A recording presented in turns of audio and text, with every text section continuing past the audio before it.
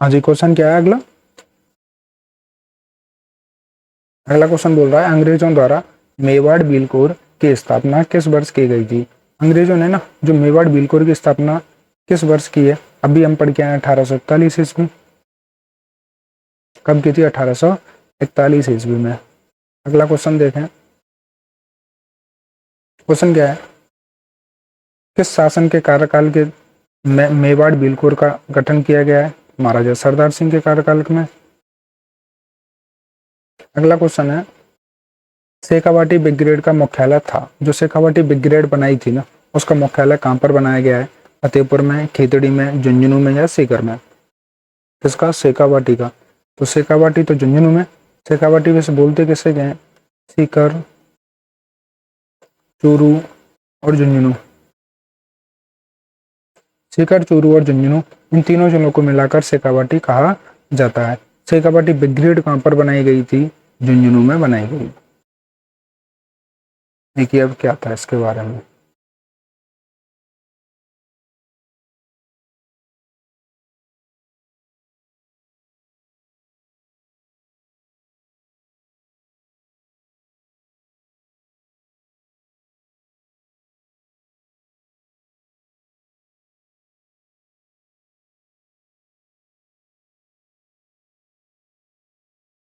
देखिए शेखावाटी ब्रिगेड,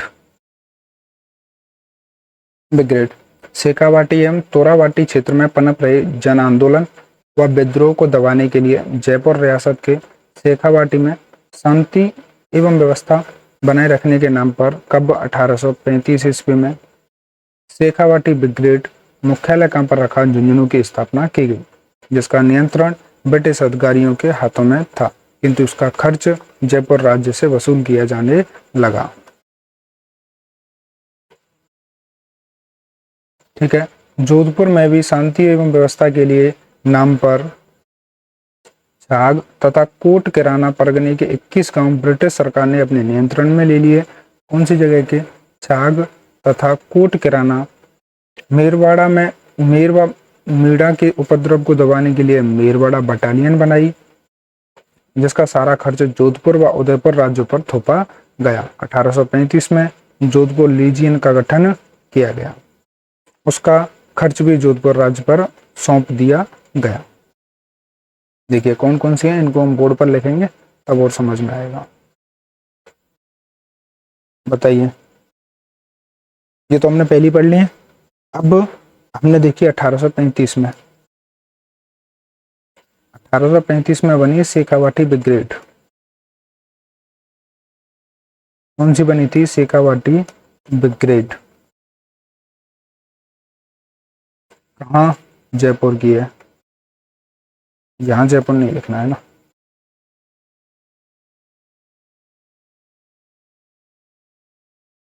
यहाँ तो मुख्यालय लिखो आप। मुख्यालय कहां पर है? झुंझुनू में।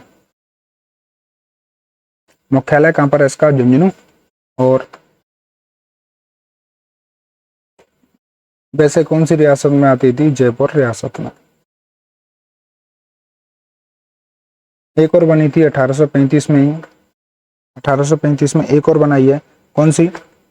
जोधपुर लीजियन। जोधपुर लीजियन। ठीक है। और जोधपुर लीजियन का खर्च किस पर है? जोधपुर पर। मतलब ये कौन सी रियासत में? जोधपुर रियासत में। एक और बनाई थी 1835 में ही, मेरवाड़ा बटालियन। मेरवाड़ा बटालियन। ठीक है। हमारी इतनी सारी बटालियन हो गई है। हम इन सभी का जो हमने शॉर्ट नोट्स बना रहे हैं जैसे ये, इन सभी का एक साथ लास्ट में अध्ययन करेंगे जब हमारी वीडियो लास्ट में होगी। ठीक है भाई, चलो अगला क्वेश्चन देखें। शेखावाटी में शांति एवं व्यवस्था बनाए रखने के लिए नाम पर शेखावाटी ब्रिगेड की स्थापना कब की गई? 1840, 38, 32, 35। कब की गई है? 35 में। अगला क्वेश्चन है अफीम से संबंधित रॉयल कमीशन निम्न में से किस वर्ष भारत राजस्थान में आया था? किससे संबंधित? अफीम से संबंधित रॉयल कमीशन निम्न में से किस वर्ष में राजस्थान आया था? 1816, 1893, 1856, 1888 ईस्वी में। कौन सा कौन सा पूछ रहे हैं? Royal commission. और तो रॉयल कमीशन जो है ना, ये 1893 ईस्वी में आया है। क्या था इसमें? 1893 में लॉर्ड कौन है? एमस्ट। 1893 में अफीम रॉयल कमीशन, जिसी को हम बोलते हैं शाही आयोग, की स्थापना की थी। बताइए कब स्थापना की है? 1893 ईस्वी में। किसने की है? एमस्ट ने। और किसकी स्थापना की थी? और रॉयल कमीशन की। जैसे लिखते हैं अफीम रॉयल कमीशन, अफीम रॉयल कमीशन। और अफीम रॉयल कमीशन को ही हम क्या बोलेंगे? शाही आयोग। इसी को ही हम क्या बोलेंगे? शाही आयोग। 1893 ईस्वी में किसने? एमस्ट ने क्या लेके आया था? अफीम रॉयल कमीशन लेके आया था, और इसी को क्या बोला गया? शाही आयोग। अगला क्वेश्चन देखें। देखिए क्वेश्चन क्या है? निम्न में से किस निम्न में से सर्वप्रथम निम्न में से सर्वप्रथम किसने राजस्थान की राजसी शासक, है ना, ये याद रखेंगे, राजसी शासक,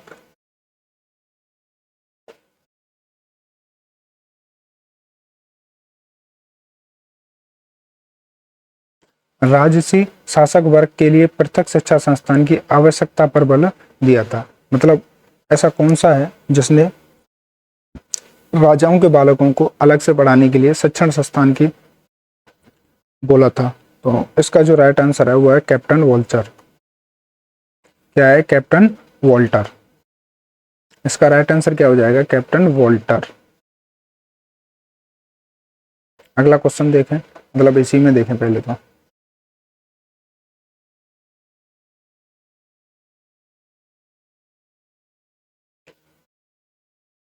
देखिए राजस्थान के शासक और सामंत पुत्रों की शिक्षा के लिए एक पृथक कॉलेज खोलने का सुझाव कर्नल वॉल्टन ने का था। सामंतों तथा राजपूत बालकों को शिक्षा देने के लिए 1867 ईस्वी में जयपुर में नोबल्स स्कूल, कहाँ पर? जयपुर में नोबल्स स्कूल की स्थापना की गई। कब? 1867 ईस्वी में। और 1877 ईस्वी में उदयपुर में सरदारों के पुत्रों हेतु शंभू रत्न पाठशाला। उदयपुर में कब क्या है? शंभू रत्न पाठशाला 1877 में। जोधपुर में क्या है? जयपुर में नोबल्स स्कूल 1867 ईस्वी में। जोधपुर में सामान्य राजपूत बालकों की शिक्षा हेतु 1896 ईस्वी में एल्गिन, इसका एल्गिन राजपूत स्कूल की बीकानेर के सरदारों के बच्चों के लिए शिक्षा के लिए 1893 ईस्वी में वॉल्टन नोबल स्कूल की स्थापना की गई। 1864 ईस्वी में मिशन ने ब्यावर में लिथो प्रेस की स्थापना की, जहां पाठ्य पुस्तकों और धार्मिक साहित्य की छपाई की जाती थी। देखिए सबसे पहले कब? 1867 ईस्वी में जयपुर में। 1867 ईस्वी में जयपुर में कौन से स्कूल की स्थापना हुई है? Nobles school. Nobles school.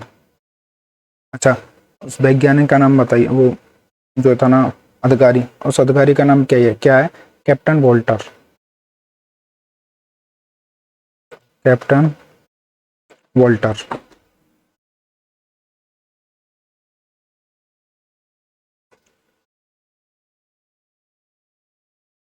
अगला देखें। ये तो 67 में क्या है? जयपुर में नोबल्स स्कूल की स्थापना की है। और 1877 में 1877 में बताइए किस कहां पर की थी? उदयपुर में। 1877 में कहां पर की थी? उदयपुर में। और उदयपुर में किसकी की थी? शंभू रत्न पाठशाला की। उदयपुर में किसकी की है? शंभू रत्न पाठशाला की। 1867 में जयपुर में नोबल्स स्कूल, 1877 में उदयपुर में शंभू रत्न पाठशाला। और उसके बाद में जोधपुर में कब थी? 1896।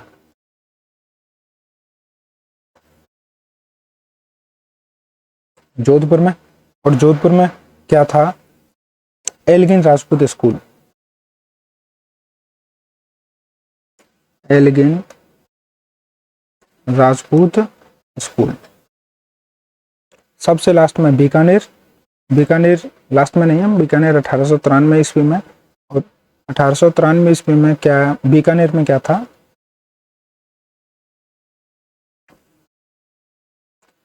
Walter nobles school.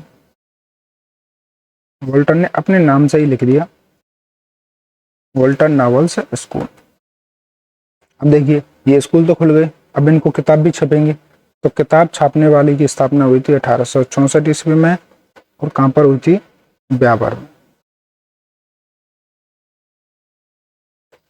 किसकी हुई थी, किताब छापने की, ब्यावर में। और एक प्रेस का नाम था लिथो प्रेस, प्रेस का नाम क्या था, लिथो प्रेस। ठीक है, देखिए 1893 ईस्वी में एमस्ट अफीम रॉयल कमीशन, जो कि शाही कमीशन था, उसकी स्थापना हुई थी। 1867 में जयपुर में नोबल्स स्कूल की, 1877 में उदयपुर में शंभू रत्न पाठशाला की, 1896 में जोधपुर में एल्गिन राजपूत स्कूल की, 1893 में बीकानेर में किसकी हुई थी, वॉल्टर नोबल्स स्कूल, और 1864 ईस्वी में ब्यावर में लिथो प्रेस की स्थापना हुई है। किसकी स्थापना हुई थी, लिथो प्रेस की स्थापना हुई थी। अगला क्वेश्चन देखें, मेयो कॉलेज के संस्थापक कौन थे, कौन सी कॉलेज बतानी है, मेयो कॉलेज के संस्थापक कौन है। तो मेयो कॉलेज के रिचर्ड बोक, कर्नल डिक्सन, लॉर्ड नॉर्थब्रोक या लॉर्ड मिंटो। मेयो कॉलेज के रिचर्ड बोक।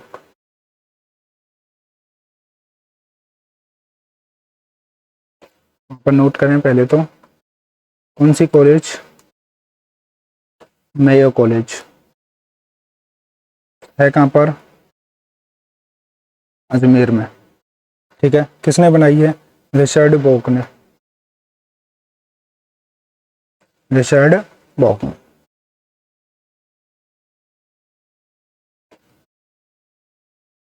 गवर्नर जनरल बेंटिंग ने अजमेर में देसी राजाओं का दरबार कब आयोजित किया था।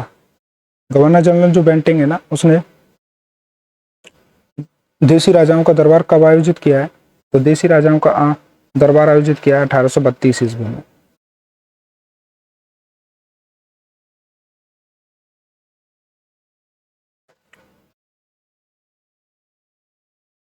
जनवरी 1832 ईस्वी में गवर्नर जनरल लॉर्ड बेंटिंग ने अजमेर में देसी राजाओं का दरबार आयोजित किया, जिसमें टोंक के नवाब अमीर खां, उदयपुर के महाराजा जवान सिंह, जयपुर के महाराजा जय सिंह, कोटा के महाराजा राम सिंह, किशनगढ़ के महाराजा कल्याण सिंह, बूंदी के महाराजा किशोर सिंह ने भाग लिया। बीकानेर और जैसलमेर के महाराजा बहुत दूरी होने के कारण उपस्थित नहीं हो सके।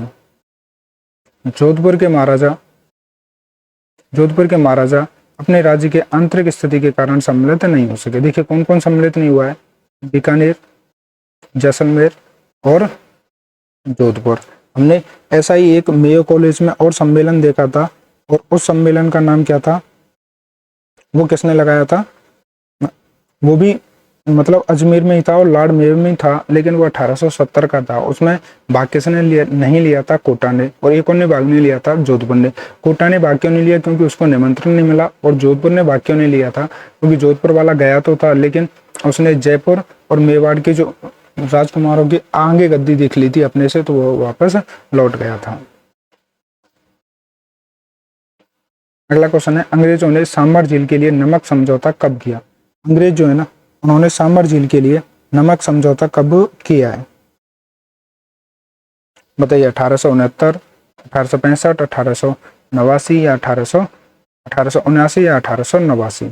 तो 1869 ईस्वी में उन्होंने क्या किया था, नमक समझौता। ठीक है भाई, चलो आगे।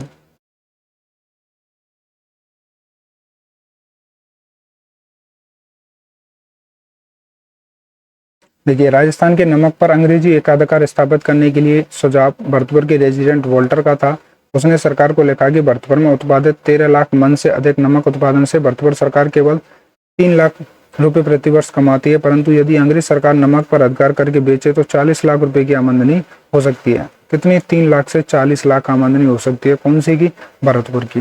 है ना। 1868 ईस्वी में अंग्रेज सरकार ने भरतपुर पर नमक पर एकाधिकार करके 33 लाख रुपए कमाए।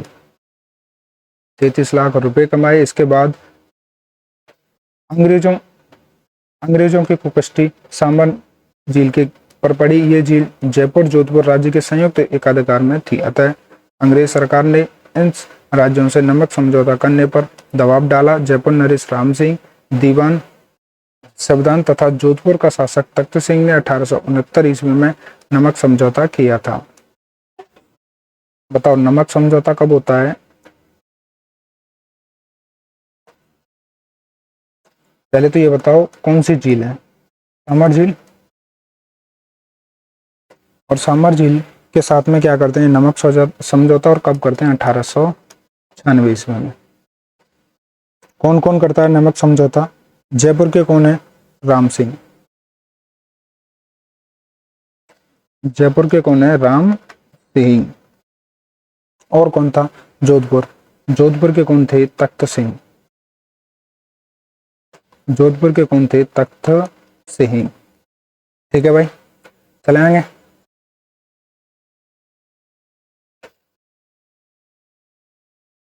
अगला क्वेश्चन है, किस नमक की झील पर जयपुर और जोधपुर रियासतों के साझा अधिकार था? पिछोला, फतेह सागर, पचपदरा या सांबर झील? ऐसी कौन सी झील है जिस पर जयपुर और जोधपुर रियासतों का दोनों का शासन था? सांबर झील पर। अगला क्वेश्चन देखें, महाराजा तख्त सिंह जो कि मारवाड़ के हैं कि राज्याभिषेक के उस समय कौन सा पॉलिटिकल एजेंट सम्मिलित हुआ था? जो तख्त सिंह है ना, उसका राज्याभिषेक हुआ तो उनके राज्याभिषेक में कौन सा शासक आया था? लुडलू, ऑक्टलोनी, अल्वेस या रोस? इनमें से कौन सा आया है? लुडलू। कौन आया था? लुडलू। महाराजा तख्त सिंह मारवाड़ के हैं जिनका राज्याभिषेक के उस समय इनका राज्याभिषेक कब हुआ? 1 दिसंबर 1834।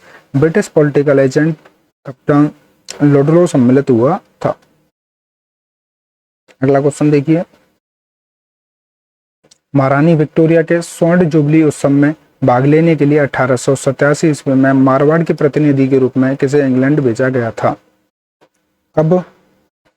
महारानी विक्टोरिया के स्वर्ण जुबली उत्सव में भाग लेने के लिए 1887 ईस्वी में मारवाड़ के प्रतिनिधि के रूप में इंग्लैंड किसे भेजा था? जसवंत सिंह को, कल्याण सिंह को, प्रताप सिंह को, विजय सिंह को? इंग्लैंड गए थे प्रताप सिंह।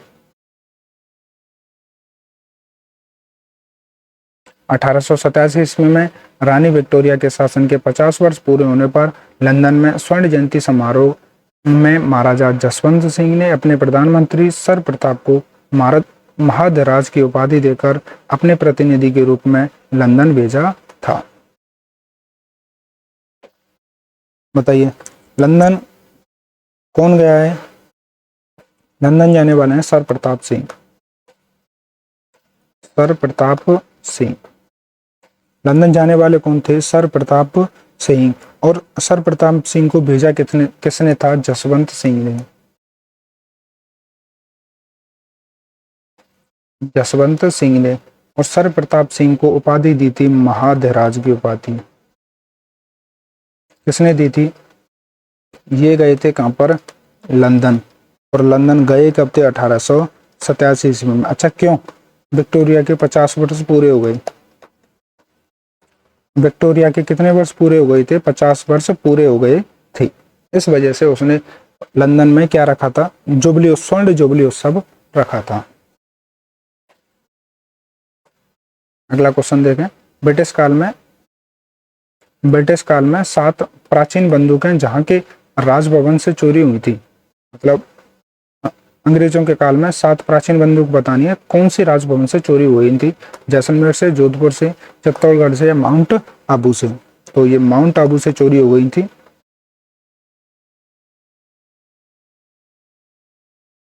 बताओ कितनी बंदूक चोरी हुई है? 7 बंदूक चोरी। कहां से हुई थी? माउंट आबू से। कहां से चोरी हुई थी? माउंट आबू से।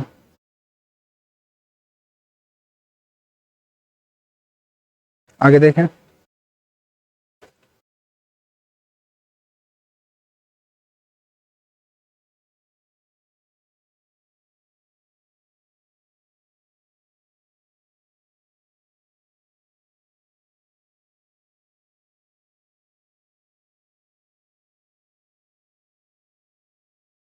देखिए क्वेश्चन है, ईस्ट इंडिया कंपनी का राजपूत राज्यों से सहायक संधि करने का मुख्य उद्देश्य था शत्रुओं के विरुद्ध सैनिक सहायता प्राप्त करना, मराठा पंडारी के आक्रमण से इन राज्यों की सुरक्षा करना, खराज के रूप में धन प्राप्त करना, अंग्रेजों की प्रभुत्व स्थापित करना। तो इनका उस टाइम पर प्रमुख उद्देश्य क्या था? अंग्रेजों की प्रभुत्व स्थापित करना।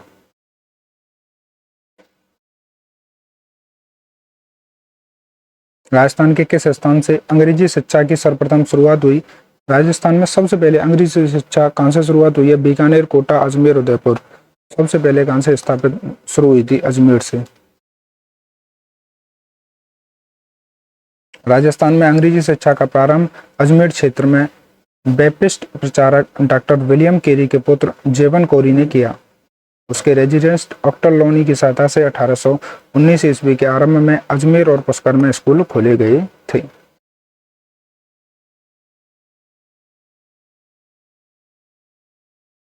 अगला क्वेश्चन है, राजस्थान के राज्यों ने अंग्रेजों के साथ अधीनस्थ संधियां की थी। उनको साम्राज्यवादी शक्ति के संरक्षण की आवश्यकता थी। देखिए,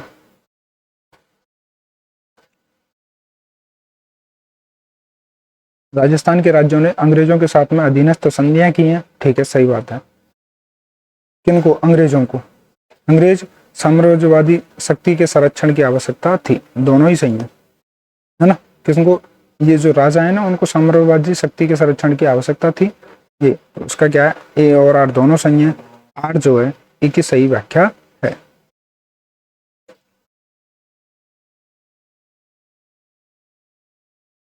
अगला क्वेश्चन है, 1922 ईस्वी में राजपूताना में गवर्नर जनरल के एजेंट के रूप में कौन थे? कब? 1922 ईस्वी में राजपूताना में गवर्नर जनरल के एजेंट के रूप में कौन थे? Charles Metcalfe, Richard Wellesley, Robert Holland, Warren Hastings. कब? 1800 बताना है। 1922 ईस्वी में। 1922 ईस्वी में थे रॉबर्ट हॉलैंड थे। आज का लास्ट क्वेश्चन है, लॉर्ड लेक ने होलकर, सिंधिया, आमिर खान की सम्मिलित सेना को कहां परास्त किया था? किसने? लॉर्ड लेक ने होलकर और सिंधिया, आमिर खान की सम्मिलित सेना को कहां परास्त किया था? तो ये परास्त किया था वैर-भरतपुर में। कहां पर परास्त किया था? वैर-भरतपुर में। देखिए, ये हमारी क्लास थी 1818 जो संधियां हुई थी अंग्रेजों की, उससे संबंधित। अगर आपको क्लास अच्छी लगती है तो क्लास को लाइक करो, चैनल को सब्सक्राइब करो और वीडियो को अधिक से अधिक शेयर करो।